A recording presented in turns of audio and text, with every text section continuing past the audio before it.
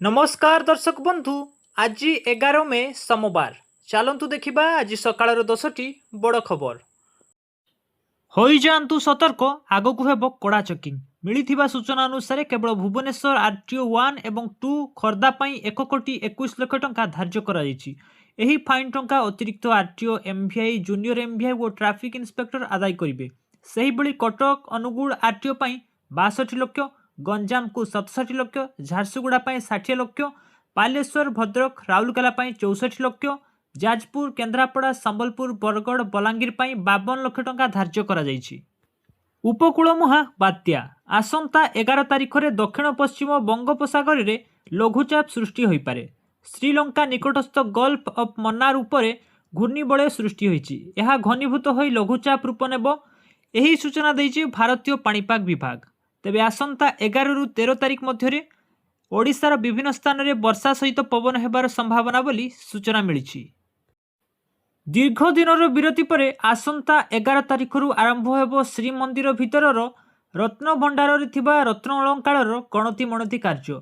आसंता 11 और 12 तारिख 2 दिन धरी रत्न अलंकार गणति मणति कार्य कराजिबो बोली श्रीमंदिर मुख्य प्रशासक सूचना दैछंती। महाप्रभु को बाहर चंदन यात्रा गणति मणति कार्य स्थगित रखा जाइतिला। तेबे श्रीक्षेत्र भौरी अवसर में बाहर चंदन यात्रार अंतिम दिवस एवं रविवार ठाकुरों हलदी पाणी नीति रही। तेणु ठाकुरों नीतिकांति जेबली कौन समस्या सृष्टि होब ना से गणति मणति कार्य बंद रखा जाइछि। कनेस्टेबल सौम्य रंजन स्वाई को भिड़ मृत्यु सारा देश में चहल पकाई। तेबे एहारी भितरे बीजेडी रो 2 मुखपात्र लेखाश्री सामंत सिंघार और लोरा महापात्र सांबादिक सम्मेलन करी सरकार को ऊपर बर्षिचंती। से कहिचंती ओडिशार शासन और सरकार नहीं, अपराधर पृष्ठभूमि पालुची ओडिशा।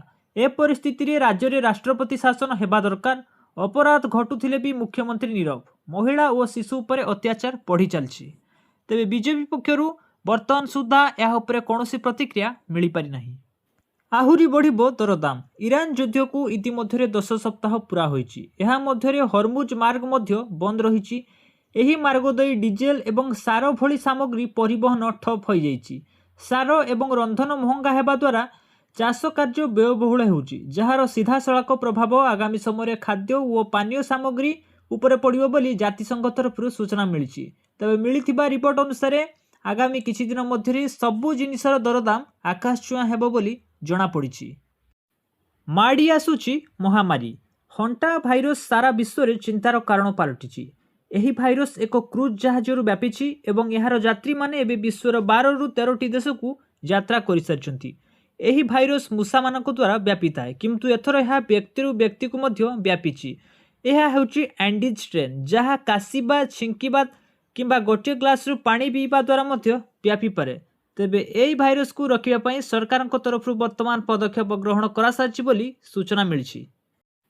धड़ किना बढ़ी पेट्रोल रेट। पश्चिम एशिया रे चलीथिबा उत्तेजना एबे समग्र विश्व को प्रभावित करुछि। एहारी भितरे एपरि एक खबर सामना को आसीछि जहाँ आपन को चिंतारे पकाइबो। पेट्रोल एवं डीजेल मूल्य पुणी थरे वृद्धि होई पारे। एही वृद्धि आसंता 15 तारिख पूर्व आशा करा जाउछि। सूत्र अनुसार पश्चिम एशिया रे चलीथिबा संघर्ष जोगु अशोधित तैल मूल्य तीव्र वृद्धि घटिछि। यह तैल कंपानी गुड़िक उपरे यथेष्ट आर्थिक चाप सृष्टि करिछि। तेणु एभली परिस्थिति रे आसंता 15 तारिख सुधा पेट्रोल एवं डीजेल दर वृद्धि हेबो बोली सूचना मिलिछि। बैंक जाउथिले सावधान। भारत में घरोई एवं सरकारी बैंक गुड़िक आगामी सप्ताह 11 मे रु 17 मे मध्य गोटे दिन बंद रहिबो। हेले भारतीय रिजर्व बैंक आरबीआई पक्षरु एही मासरे समस्त बैंक पाई मोट 9टी छुट्टीर एक तालिका प्रकाश करिछि, जेउथिरे भारतीय state bank, HDFC bank, ICICI bank एवं अन्यान्य बैंक अंतर्भुक्त रहिछि। पीएम किसान 23तम किस्तिर लाभ पाइबा पई चासी मानकु निजर प्रोफाइल संपूर्ण भावे अपडेट रखिबाकु हेबो। जदि आपण ए पर्यंत एही काम गुड़िक करि नाहंती तेबे आपणकर 2000 टंका अटकी जाई पारे। तेबे आपण यथाशीघ्र ई-केवाईसी एवं लैंड सीडिंग कराई नियंतु। ता सहित आपणकर आधार सहित बैंक अकाउंट को लिंक करतु। आवेदन फॉर्म रे संपूर्ण सूचना को चेक करंतु। जियो यार लक्ष लक्ष उपभोक्ता सुलभ रिचार्ज योजना प्रदान करुछि, जहाँ सेमानकु असीमित कॉलिंग एवं डाटा समेत विभिन्न सुविधा प्रदान करुछि। ग्राहक संख्या अनुसार देशर सर्वबृहत टेलिकम ऑपरेटर भाव में कंपनी 200 टंकार कम मूल्य रे एक निर्दिष्ट योजना प्रदान करुच्ची जहाँ प्रतिदिन 2 GB डाटा सहित असीमित कॉलिंग एवं अनेक सुविधा प्रदान करुच्ची।